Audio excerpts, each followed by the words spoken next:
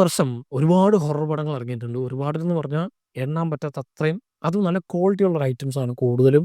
ഇപ്പോൾ കുറേയൊക്കെ കൂറ പടങ്ങളുണ്ടെങ്കിൽ നമ്മളിപ്പോൾ നല്ലത് മാത്രമേ നമ്മൾ പറയാറുള്ളൂ, റെക്കമെൻഡ് ചെയ്യുള്ളൂ. ആ രീതിക്ക് ഈ വർഷം അതിൻ്റെ ടാഗ് ലൈൻ തന്നെയാണ് the best horror movie of the year എന്നൊക്കെ പറഞ്ഞിട്ടാണ് ടാഗ് ലൈൻ വന്നിട്ടുള്ളത്.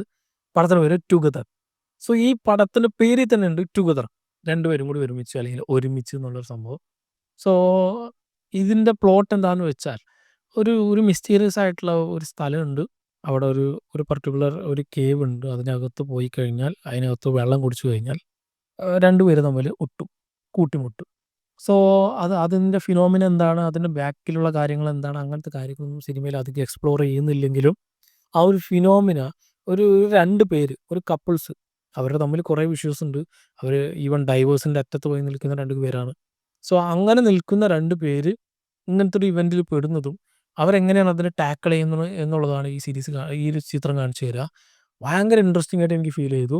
ഞാനിത് സത്യം പറയാൻ പാതി മയക്കത്തിൽ ഞാൻ കണ്ടൊരു സിനിമയാണ് രാത്രി കിടക്കുമ്പോൾ.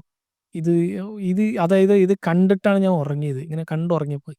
ഈ സാധനം കണ്ടിട്ട് ഉറങ്ങിയിട്ട് അന്നത്തെ ദിവസത്തെ ഉറക്കത്തിനെ ഭയങ്കരമായിട്ട് അത് അഫക്റ്റ് ചെയ്തു. ഇതൊക്കെ ഈ കണ്ട സീക്വൻസുകളൊക്കെ ഒരു ഒരു ബെഡി വെച്ചിട്ട് ഒരു സീക്വൻസ് ഒക്കെ ഉണ്ട്. അതൊക്കെ ഇങ്ങനെ മൈൻഡിലിങ്ങനെ വരും. അതായത് നമ്മൾ കണ്ട് പതിഞ്ഞിട്ടുള്ള സാധനം അല്ലാതെ നമുക്ക് വേറെ എന്തെങ്കിലുമൊക്കെ കാണുമ്പോൾ നമുക്ക് പെട്ടെന്ന് മനസ്സിൽ സ്ട്രൈക്ക് ആവില്ല. ആ രീതിക്ക് നല്ലൊരു പ്ലോട്ടാണ്. അതായത് ഇതുവരെ ആരും എക്സ്പ്ലോർ ചെയ്യാത്തൊരു പ്ലോട്ടാണ്. പക്ഷെ അതിന് മെയിൻ പ്രശ്നങ്ങളിലൊന്ന് ലിമിറ്റേഷൻ ഓഫ് ദി ഗ്രാഫിക്സ് ആയിരിക്കും, അല്ലെങ്കിൽ CGIയിലെ ലിമിറ്റേഷൻസ് ആയിരിക്കും. നമുക്ക് ഇമാജിൻ ചെയ്ത് പറയാൻ നല്ല എളുപ്പമാണ്. ഒന്നും വേണ്ട. നമ്മുടെ ഇപ്പോൾ ഈ 2 കൈ ഇതിങ്ങനെ കൂട്ടിമുട്ടണമെന്ന് പറഞ്ഞാൽ നമുക്ക് പറയാം. പക്ഷെ ഇത് ഈ കൈയിൻ്റെ ഇടയിൽ കൂടി ഈ കൈ പോകുമെന്ന് പറഞ്ഞാൽ സാധനം ഉണ്ടാക്കിയെടുക്കാൻ കുറച്ച് പണിയാണ്.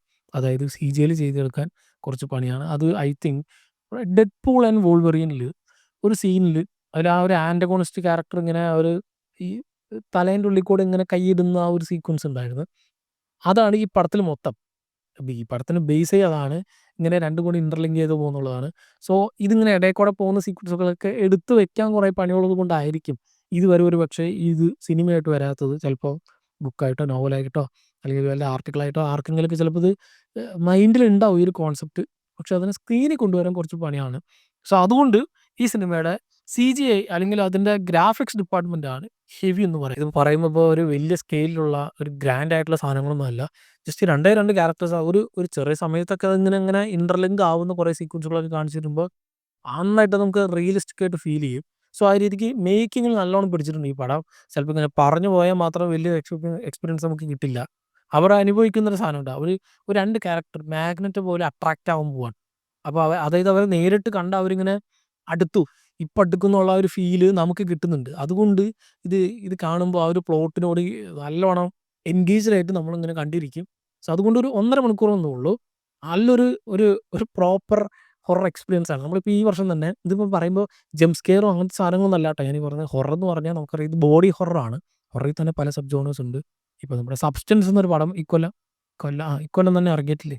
അതേപോലത്തെ ഒരു പടമാണ്. അതിലെങ്ങനെയാണ് ബോഡി ഹൊറർ കാണിച്ചത്, ഒരു ആൾട്ടറേഷൻസ് കാണിച്ചത്. നമ്മുടെ കുറേ പടമുണ്ട്.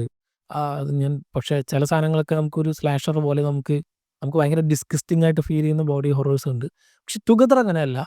ടുഗദറിൻ്റെ ഒരു പ്ലോട്ടും അതിൻ്റെ ഒരു പ്രിമൈസും ഈവൺ അതിൻ്റെ എൻഡിങ് ഒക്കെ എനിക്ക് ഭയങ്കരമായിട്ട് ഇഷ്ടമായി. സിനിമ എന്താണ് പറയാൻ ഉദ്ദേശിച്ചത് അവിടെ മാത്രമേ ഇത് സ്റ്റിക്ക് ഓൺ ചെയ്ത് നിന്നിട്ടുള്ളൂ. വേറെ എവിടേക്കും പടം പോയിട്ടില്ല. ഒരു അനാവശ്യമായിട്ടുള്ള പ്ലോട്ട് ഹോൾസോ അനാവശ്യമായിട്ടുള്ള പ്ലോട്ട് ഡീവിയേഷൻസോ ഒന്നുമില്ലാതെ ടു ദി പോയിന്റ് പറഞ്ഞു വെച്ചിട്ടുള്ള ഒരു കിഡിലൻ ഹൊറർ മൂവിയാണ്. കണ്ടുനോക്കുക. തീർച്ചയായിട്ടും ഇഷ്ടപ്പെടും. കണ്ടവരെന്തെങ്കിലും സിനിമ പറ്റിയുള്ള നിങ്ങളുടെ അഭിപ്രായം എന്നുള്ളത് താഴെ കമന്റ് ബോക്സിൽ കമന്റ് ചെയ്യാൻ. മറ്റൊരു വീഡിയോയിൽ വീണ്ടും കാണാം.